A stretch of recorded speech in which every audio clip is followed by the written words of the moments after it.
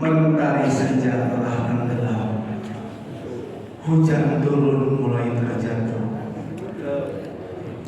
Saya awali pengajian ini dengan salam. Assalamualaikum warahmatullahi wabarakatuh.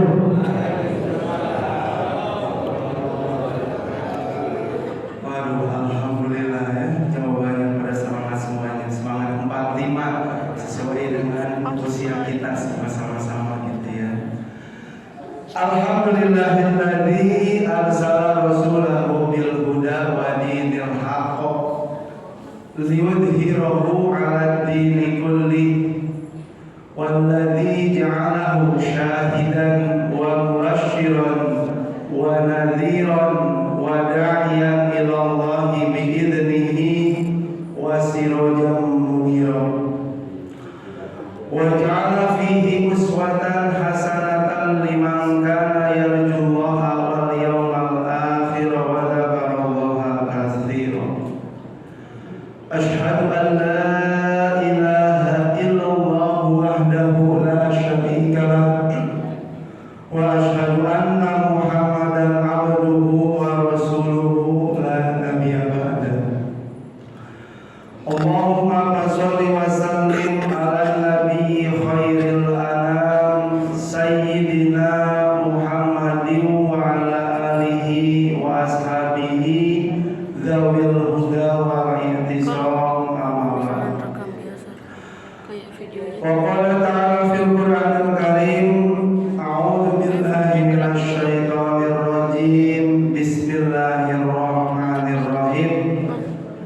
Qul in kuntum tuhibbunallaha fattabi'uni yuhibbukumullahu wa yaghfir lakum dzunubakum wallahu ghafurur rahim. Wa qala Rasulullah sallallahu alaihi wasallam, innama bu'itsu liutammima makarimal akhlaq. Wa qala Imam Ibnu Malik fi kitabih wa ma yalil muduh tayati khalafat anhu fil iqrabi idza ma hudiba. Puji dan syukur marilah kita panjatkan pada Zat yang Maha Pemurah, Allah Wahda, yang telah memberikan kita nikmat yang berlimpah, baik lahiriah ataupun batiniah. Di antaranya pada pagi yang sangat cerah, cerah walaupun masih gelap namun tetap cerah. Cerah apa mendung? Cerah aja lah ya, yang penting hati kita cerah dan terus bahagia. Alhamdulillah masih bisa bertakarub dengan Allah Subhanahu wa Ta'ala Azza wa Jalla. Untuk mendengarkan ceramah, cuman ustaznya kebetulan kemarin sudah konfirmasi Ustaz Umam ya, mudah-mudahan biasanya Ustaz Umam, beliau kalau tidak menginformasikan berarti sudah confirm. Barusan saya telepon juga nggak diangkat gitu ya.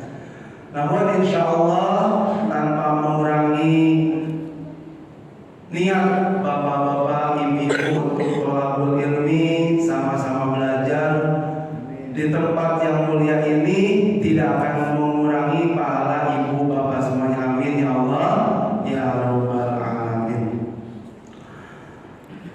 Dan juga bahwa kita memiliki Nabi yang sangat mulia, yaitu Nabi Muhammad sallallahu alaihi wasallam. Kemudian kepada keluarganya, para sahabatnya, dan juga kita semuanya sebagai umatnya. Amin ya Allah ya rabbal alamin. Bapak-bapak, ibu-ibu, hadirin Masjid Jabal Nur yang dirahmati Allah Subhanahu wa Ta'ala. Alhamdulillah di pagi yang sangat sejuk ini kita masih diberikan nikmat oleh Allah Subhanahu wa Ta'ala.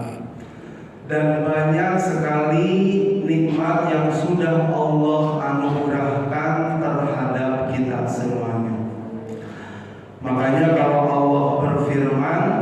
wa in ta'uddu ni'matallahi la tuhsuha. Jikalau engkau menghitung-hitung nikmat Allah, maka engkau ataupun kalian tidak akan bisa menghitungnya. Jangankan untuk berterima kasih ataupun memberikan kembali nikmat yang sudah Allah berikan, walaupun hanya untuk menghitungnya saja, maka kita tidak akan mampu untuk menghitung nikmat yang sudah Allah berikan terhadap kita. Namun nikmat yang paling utama, nikmat yang paling terbesar, saya mengutip dari tulisan Ustadz Farid Lukman Hasan. Beliau salah satu guru penulis juga, mungkin terkenal oleh ibu yang biasa baca bukunya, banyak karangan beliau, yang itu tentang ada guna nahwa Rasulullah SAW. Nah, di sini kita seperti yang saya informasikan tadi bahwa nikmat kita itu sangat banyak sekali, ya. Nikmat sehat, nikmat kita punya keluarga, nikmat punya rumah, nikmat punya kendaraan. Tapi yang paling utama, anna hidayatul Islam hiya a'dhamu min hatillah allati aqahallahu bi ibadihi. Hidayah kita memegang ajaran agama Islam itu merupakan salah satu minha. Minha itu adalah salah satu nikmat yang paling utama, yang unggul, yang telah Allah berikan kepada kita. Kenapa? Karena nikmat-nikmat yang lainnya semuanya berakhir di dunia. Kita saat ini yang sudah berkeluarga sayang terhadap istri kita, tapi batasnya cuma sampai di dunia aja. Ketika kita pulang ke rahmatullah, istri kita tidak dibawa. Ada yang dibawa istrinya ketika pulang ke rahmatullah? Tidak ada. Semuanya kita tinggalkan. Kita punya anak sama, namun kalau kita punya anak yang solih dan solihah, insya Allah itu akan mengalir. Walaupun ketika kita tidak dibawa jasadnya, namun anak yang soleh itu akan bisa mengalir pahalanya terhadap kita dengan cara mendoakan terhadap orang tuanya. Makanya sangat penting sekali pendidikan di dalam keluarga, kita mendidik anak kita dan mendidik cucu dan putra putri kita sehingga menjadi cucu ataupun putra putri yang sangat solid dan solihah. Bapak-bapak di sini alhamdulillah ya, usianya saya lihat seperti biasa gitu ya, masih pada muda semuanya. Ada yang 17, ada yang 16, ada yang 36. Ya, kalau dibalik 61, 71, 63. Namun semuanya sudah punya cucu. Belum tentu seperti saya memiliki cucu karena belum tahu umurnya kapan akan dipanggil. Namun itu adalah nikmat yang sudah Allah berikan terhadap kita semuanya. Jadi kalau dihitung nafas aja yang paling gampang gitu ya, yang kalau kita sangat sehat sepertinya biasa aja nafas itu. Padahal nafas itu adalah salah satu anugerah yang terbesar yang sudah Allah berikan terhadap kita. Makanya kita wajib mensyukuri terhadap nikmat Allah Subhanahu wa taala. Kalau kata Imam Ghazali, syukur itu ada beberapa tingkatan. Yang pertama tingkatannya dengan mengucapkan alhamdulillah. Kita diberikan posisi atau penjabatan yang bagus, alhamdulillah. Jangan lupa nikmat itu harus kita syukurin dengan memanfaatkan jabatan kita, harta kita, kekuasaan kita di jalan Allah Subhanahu wa taala. Kata Imam Ghazali, kenapa? Alhamdulillah adalah tingkatan yang paling rendah saat kita bersyukur, karena kata beliau, orang yang korupsi aja bilangnya alhamdulillah. Alhamdulillah saya kemarin korupsi tidak ketangkap sama KPK gitu ya. Bahkan maling sendiri pun ketika ngomongnya alhamdulillah, alhamdulillah kemarin saya habis nyolong motor nggak ketangkap. Makanya tingkatan yang paling rendah menurut Imam Al-Ghazali ketika mengucapkan alhamdulillah itu adalah salah satu bentuk syukur karena mudah untuk melaksanakannya. Yang kedua, tingkatannya bersyukur yaitu dengan hati kita meyakini bahwa nikmat yang semua Allah berikan itu adalah dan berasal dari Allah Subhanahu wa taala, dan yakin itu semuanya bukan karena kita, tapi Allah yang maha baik, Allah yang maha pemurah, Allah yang maha pengasih dan maha penyayang, memberikan nikmat yang sungguh luar biasa terhadap kita. Lalu yang ketiga yaitu orang yang menginfakkan ketika mendapatkan nikmat dari Allah di jalan Allah kembali. Kalau kita diberikan nikmat harta benda ataupun kekayaan, tidak lupa untuk memberikan kepada fakir miskin, kepada anak yatim, ataupun kegiatan-kegiatan yang ada di dalam Allah Subhanahu wa taala azza wa jalla, itu yang merupakan kebaikan yang tingkatannya luar biasa. Karena memang ini kenapa memang luar biasa, karena biasanya kita, saya mungkin atau siapapun, ketika kita sudah mendapatkan harta benda ya, saya dapat uang sebegini banyak karena pergi pagi, pulang sore, bahkan kadang tidak pulang-pulang seperti Bang Toyib. Ya, jangan bapak-bapak ya, tidak pulang-pulang, nanti ibu-ibunya nyariin. Bukan begitu Ibu Haja Susi ya. Jadi jangan gak pulang-pulang, Pak Haji Saiful harus pulang, karena itu adalah salah satu bentuk dari sayangnya kita terhadap keluarga kita ya.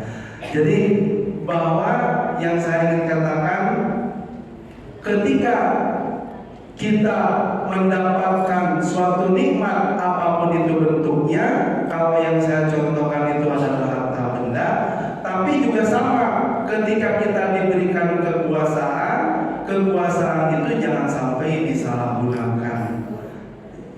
Apalagi mungkin untuk saat ini, ya ini mengingatkan khusus pada diri saya juga, buat bapak-bapak, ibu-ibu, kalau di sini misalkan ada calon anggota DPR, ada ya di daerah kita, alhamdulillah. Jangan sampai lupa dengan janji ingin memperbaiki jalan, janji ingin memberi penerangan lampu, janji akan membangun lapangan olahraga buat para pemuda, para pemudi, janji ingin membangun masjid, janji ingin membangun madrasah. Hati-hati, karena janji-janji itu nanti akan dimintai pertanggungjawabannya di hadapan Allah Subhanahu wa taala azza wa jalla. Dan mengingatkan kembali, karena kemarin mohon maaf mungkin Haji Wisnu gitu ya pernah menyampaikan di RW. Jadi bulan tahun ini adalah tahunnya politik sampai dengan tahun 2024. Hati-hati di dalam bertindak, di dalam bersikap, di dalam berperilaku. Ya, pasti di sini semuanya tidak ada yang sama. Gitu, ada yang pilih A, pilih B, senang presiden A, presiden B, biarlah berbeda-beda tetapi satu tujuan. Ya, tujuannya apa? Kalau di sini itu adalah untuk memakmurkan masjid Jabal Nur yang kita cintai. Sholatnya tetap. Jangan gara-gara berbeda partai politik, berbeda pemimpin yang ingin kita harapkan, tidak bertegur sapa dengan tetangga. Na'udzubillah summa na'udzubillah. Memang diperlukan kelapangan di dalam dada kita. Karena namanya manusia secara ego itu bahwa ingin apa yang dikehendakkannya itu tercapai gitu ya.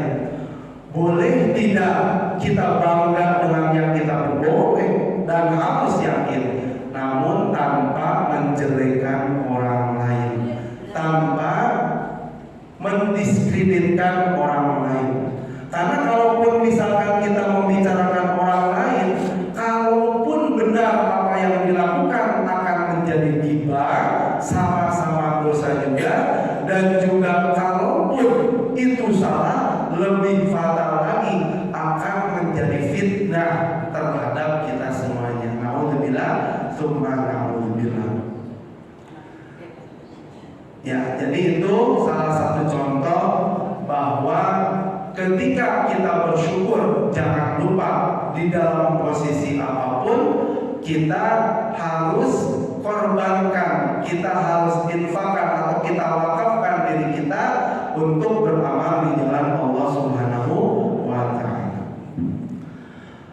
Nah, nikmat yang paling besar adalah hidayah Allah kita memegang ajaran agama Islam yang Allah utus, yang Allah perintahkan melalui Nabi kita Muhammad Sallallahu Alaihi Wasallam. Ini nikmat yang paling besar. Kenapa? Karena nikmat yang kita pegang, kita bisa menyembah Allah, bi'anallaha wahidun, la ilaha illallah Muhammadur Rasulullah. Kita tahu tata caranya sholat, kita tahu bagaimana melaksanakan ibadah haji, bagaimana berbuat baik terhadap tetangga, bagaimana berbuat baik terhadap keluarga. Kita tahunya adalah melalui Rasulullah Sallallahu Alaihi Wasallam. Oleh sebab itu, sepatutnya dan selayaknya kita sebagai umatnya yang sudah menerima ajaran dari Allah Subhanahu Wa Taala melalui Rasulullah Sallallahu Alaihi Wasallam untuk mencintai beliau. Karena kalau di dalam sebab akibatnya tanpa diutusnya Rasulullah Sallallahu Alaihi Wasallam, maka ajaran Islam tidak akan sampai terhadap kita. Padahal Islam ini yang akan menyelamatkan kita bukan hanya sekedar di dunia, tapi yang menyelamatkan ketika kita sudah pulang-pulang ke rahmatullah dan akan menghadapi kehidupan yang sangat luar biasa dan tidak ada batas waktunya. Makanya sewajarnya dan bahkan seharusnya kita mencintai Rasulullah Sallallahu Alaihi Wasallam. Bahkan di dalam sebuah riwayat, saat beliau mau wafat pun yang ditanyakan adalah umatnya, ummati, ummati, ummati. Dan betapa besar luar biasanya perjuangan Rasulullah Sallallahu Alaihi Wasallam untuk menyampaikan risalah dari Allah Subhanahu Wa Taala sehingga bisa sampai kepada kita. Jadi kalau kita saat ini sebagai umatnya diperintahkan oleh Rasulullah untuk thalabul ilmi, mencari ilmu, datang ke masjid, ya memang paling yang menjadi tantangannya dari masjid ada di rumah ke masjid ini kadang-kadang rasa malas, rasa capek, rasa letih, rasa lelah. Padahal kalau ingat perjuangan Rasulullah SAW, bagaimana beliau memperjuangkan Islam, bagaimana menyebar dengan harta, dengan pikiran, dengan tenaga, dengan kekuatan. Berbagai macam cara dilakukan oleh Rasulullah SAW supaya risalah Islam sampai ke seluruh alam. Makanya Rasul diutus bukan hanya untuk umat Islam. Wa ma arsalnaka illa rahmatan lil alamin. Dan tidak aku utus engkau Muhammad kecuali sebagai rahmat, pembawa kabar gembira, pembawa kabar baik, dan juga sebagai pemberi peringatan untuk seluruh alam. Ya. Bahkan kalau misalkan yang ngaji kemarin dengan Ustaz Jono gitu ya, beliau mengatakan bagaimana sayangnya Rasulullah SAW terhadap makhluk yang lainnya selain manusia, terhadap hewan. Bahkan di dalam sebuah hadis ada seorang perempuan pelacur yang memberikan minuman kepada anjing, itu akan masuk surga. Itu salah satu bentuk apresiasi betapa memuliakannya agama Islam terhadap hewan. Dan juga dijelaskan tentang apa ibu-ibu, apalagi tanda Rasul sayang kepada makhluk selain manusia. Yang haji hari Senin, ada yang ingat ya? Nggak ada ya. Jadi ada nama-nama benda-bendanya itu disebutin gitu ya, nama-namanya. Jadi itu salah satu bentuk penghormatan. Bagaimana tidak boleh merusak lingkungan, bagaimana tidak boleh merusak pepohonan. Itu adalah salah satu bentuk ajaran dari Rasulullah SAW bahwa beliau adalah rahmatan lil alamin. Oleh sebab itu maka kita wajib bersyukur terhadap Rasulullah SAW, bersyukurnya terhadap Allah Subhanahu wa Ta'ala, dan kita merasa berterima kasih terhadap Rasul yang membawa risalah dari Allah Subhanahu wa Ta'ala, sehingga sampai dengan saat ini kita memegang ajaran agama Islam, ajaran yang diridhoi oleh Allah Subhanahu wa Ta'ala, dan agama terakhir sebagai penyempurna agama-agama yang lainnya yang akan menyelamatkan kita baik di kehidupan dunia, terlebih-lebih di kehidupan akhirat. Amin ya Allah ya Rabbal alamin.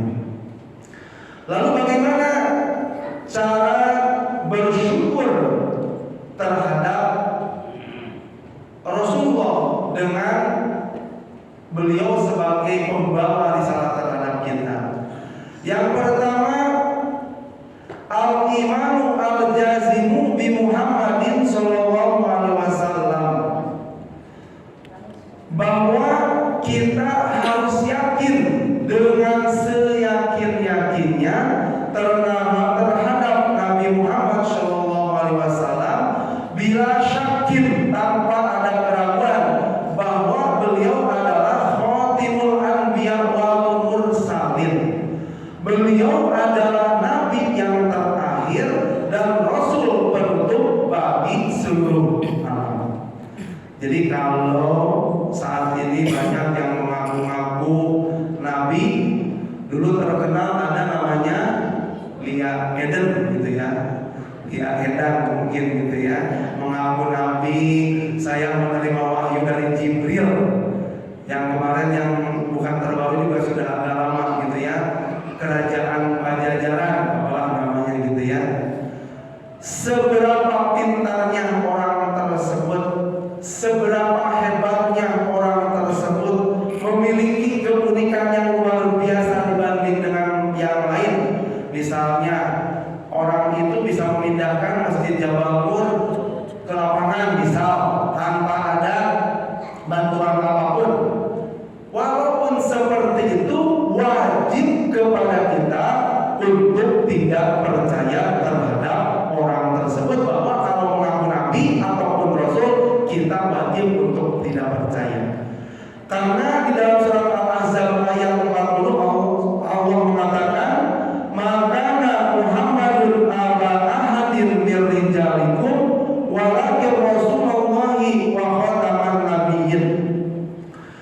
Tidaklah Muhammad itu adalah sebagai bapak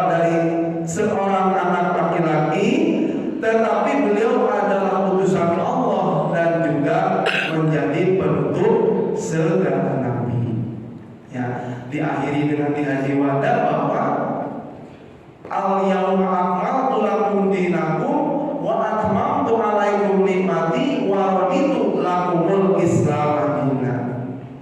Pada hari ini aku sempurnakan agamamu dan aku sempurnakan semua ajaran-ajaranmu, ya, bahwa Islam adalah ajaran yang paling sempurna dan tidak akan ada lagi umat setelah umat Nabi Muhammad Sallallahu Alaihi Wasallam. Dan ini bittifakin dengan semua ketentuan yang sudah disepakati oleh para ulama, bahwa memang beliau adalah utusan Rasulullah Sallallahu Alaihi Wasallam, utusan dari Allah Subhanahu Wa Taala, yang tidak akan ada lagi nabi setelah Nabi Muhammad Sallallahu Alaihi Wasallam. Lalu yang kedua, yang tadi yang pertama, salah satu bentuk syukurnya kita meyakini bahwa tidak ada nabi, tidak ada rasul setelah Nabi Muhammad Sallallahu Alaihi Wasallam. Yang kedua, as-sholatu ala nabi, membaca sholawat terhadap Nabi Muhammad Sallallahu Alaihi Wasallam. Dan satu-satunya nabi yang dipuji oleh Allah di dalam Al-Quran dan langsung oleh Allah Subhanahu Wa Taala, Innallaha wa malaikatahu yusholluna 'alan nabi ya ayyuhalladzina amanu shollu 'alaihi wa sallimu taslima. Shollu sama shollu 'alaihi wa sallimu itu adalah merupakan fi'lu amrin, ya, atau di dalam bahasa yang lain disebutnya imperative sentence, merupakan kalimat perintah. Itu adalah perintah dari Allah Subhanahu Wa Taala. Kalau di Iqra-nya washolah yasilu, gitu ya. Yusolluna, asalnya yusolluna, kemudian dibuang nunnya, ya dibuang, ditambah kalau harusnya alif karena ini fi'il rubai, jadi dibuang nunnya. Wasollu, jadi yang ada tinggal waw sama alif sebagai perintah untuk jamak mudzakkar salim ataupun mukhatab mutakalim ma'al ghair. Jadi ini adalah merupakan salah satu perintah dari Allah Subhanahu Wa Taala.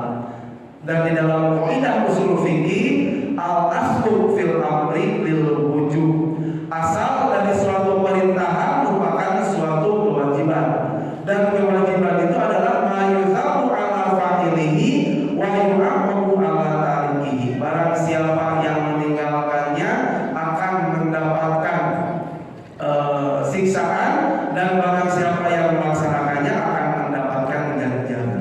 Makanya ini adalah perintah dari Allah Subhanahu Wa Taala untuk membaca sholawat. Lalu sebetulnya sholawatnya ini perintahnya buat kita, manfaatnya buat siapa? Manfaatnya bukan buat kita.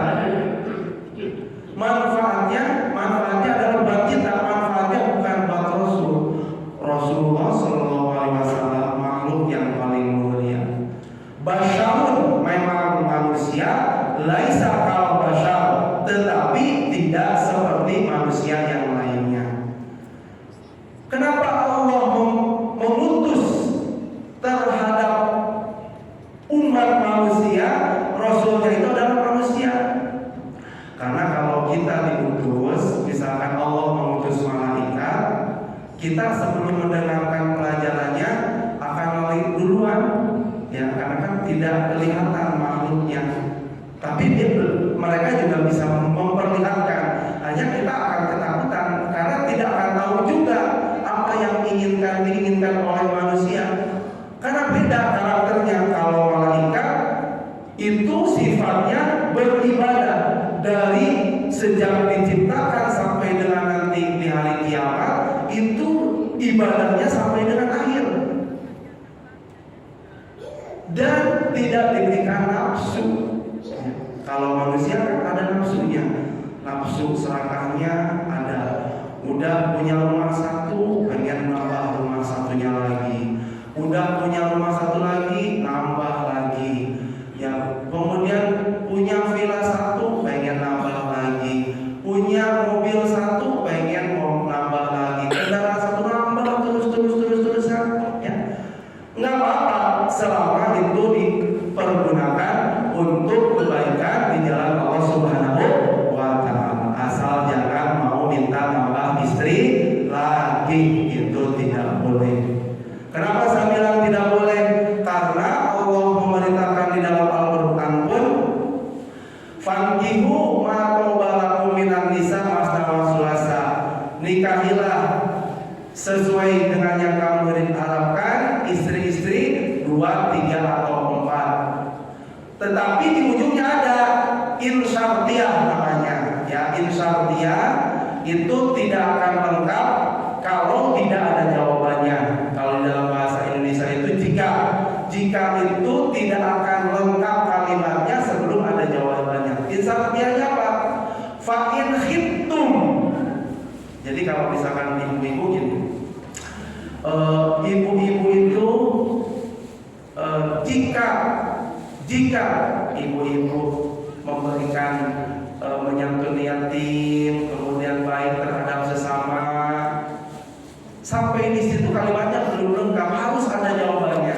Maka ibu termasuk orang yang baik. Kalau kalimatnya di awal aja itu tidak akan lengkap. Ini juga sama. Nikahilah perempuan 2, 3, 4. Ya. Tapi ada di sana fa'in khiftum, jikalau kalian takut Allah tadilu untuk tidak bisa adil, fawahidatan, cukup satu ya. Cukup satu. Dan di dalam Al-Quran juga mengatakan walan tastati'u an ta'dilu bainan nisa walau harastum.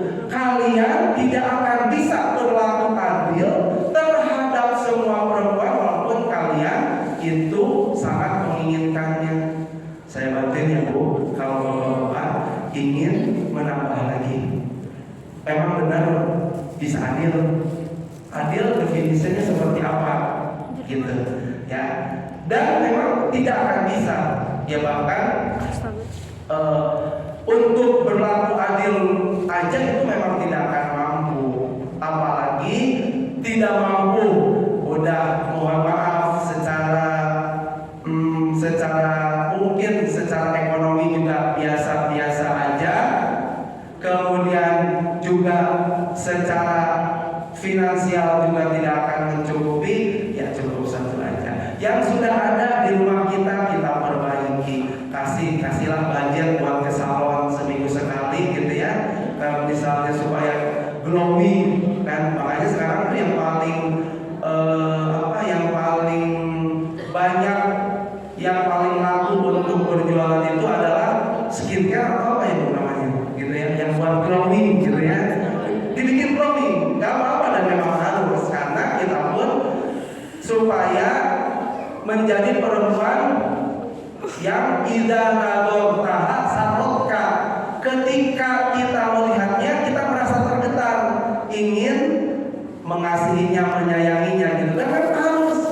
Jadi idza sarotka itu bukan hanya usaha dari ibu-ibu, bukan. Bapak-bapak pun punya andil, karena kalau misalkan tidak disupport, pakaiannya udah sobek, udah compang-camping, dibiarin aja, nanti yang jelek bapak-bapak juga.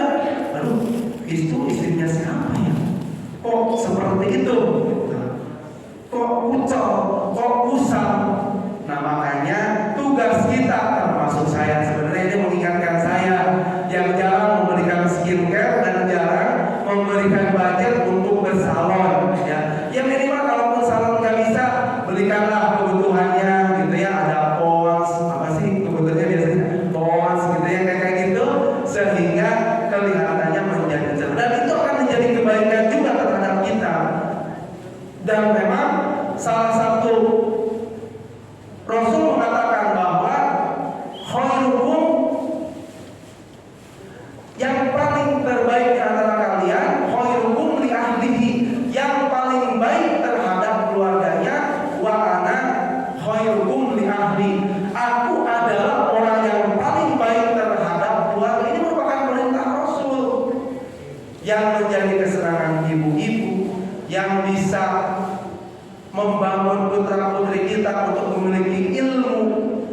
adalah tugas kita sebagai pemimpin, sebagai kepala keluarga, gitu ya.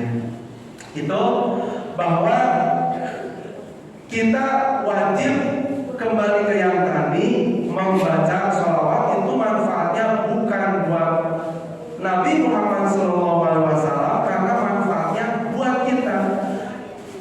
Sebagaimana sabda Rasulullah SAW, man sholla alayya sholatan wahidatan sallallahu alaihi asyra sholawatin. Barang siapa yang bersolawat terhadap Nabi Muhammad SAW 1 kali solawat, maka dia akan dibalas dengan 10 solawat dan akan diangkat 10 derajat dan juga akan diampuni dari 10 kesalahan. Jadi ketika membaca solawat, yang beruntung kita atau siapa? Kita. Yang perlu adalah kita. Dan Nabi Muhammad SAW pun bersabda bahwa barang siapa yang membaca sholawat yang lebih banyak, karena ma'ifil jannah, nanti akan bareng bersamaku di surga. Jadi jangan pelit-pelit untuk membaca sholawat terhadap Rasulullah SAW.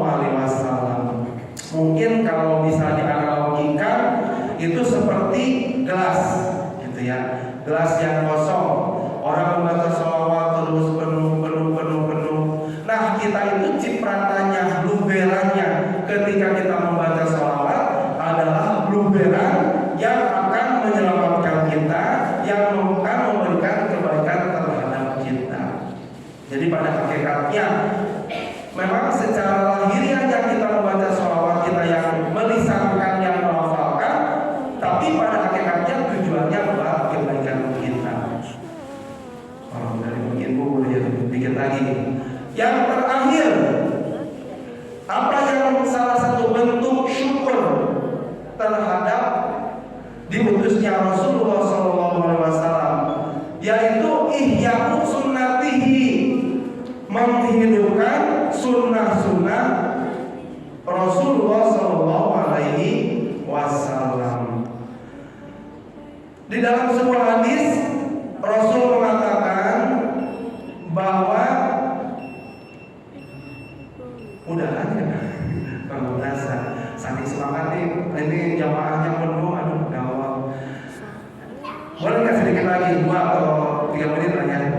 Jadi ketika orang yang menggenggam ajaran Rasulullah SAW itu seperti menggenggam bara api, ya.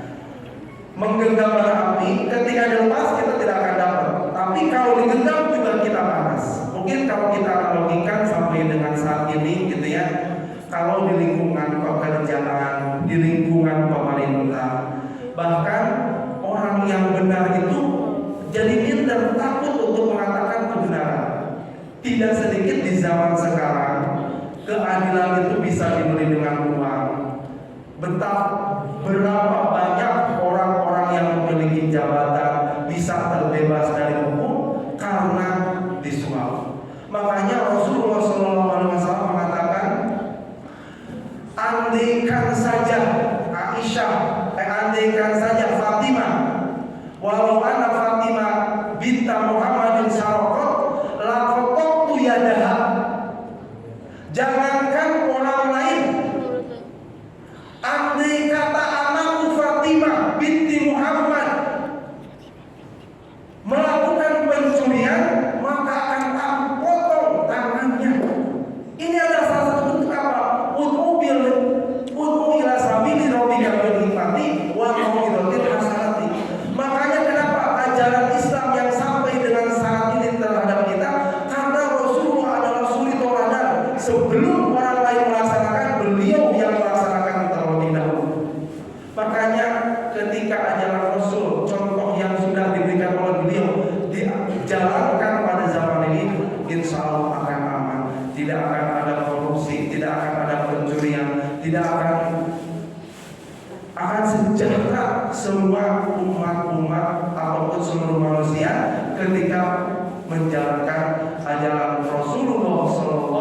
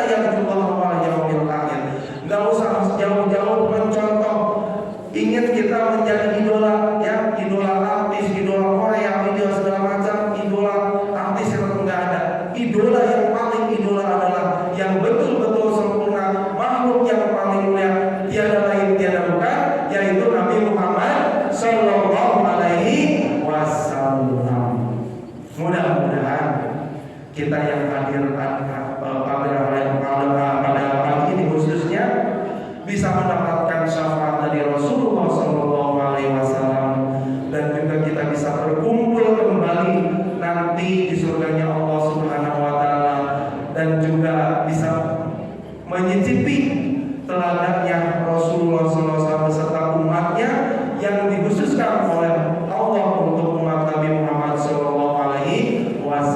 Mudah-mudahan kita sebagai umatnya yang tadi yakin, yang pertama bahwa Nabi Muhammad adalah utusan yang terakhir, yang kedua sering-seringlah kita membaca sholawat, dan yang ketiga kita memegang sunnahnya, memegang ajarannya, walaupun panas seperti bara api, namun itu akan menjadi kebaikan. Kita harus mempertahankannya. Mudah-mudahan dari awal sampai dengan akhir ada manfaatnya, khususnya bagi saya yang menyampaikannya bisa mengamalkannya. Yang salahnya itu dari lisan saya, dan yang betulnya itu dari Allah Subhanahu wa Ta'ala Azza wa Jalla. Dan mudah-mudahan apa yang saya sampaikan, apa yang diuraikan keterangan dari Al-Quran dan Hadis itu bisa menjadi pedoman, bisa menjadi petunjuk, bisa menjadi lentera, dan juga bisa menjadi cahaya di dalam menjalani kehidupan kita semuanya. Amin ya Allah ya Rabbal Alamin. Burung irian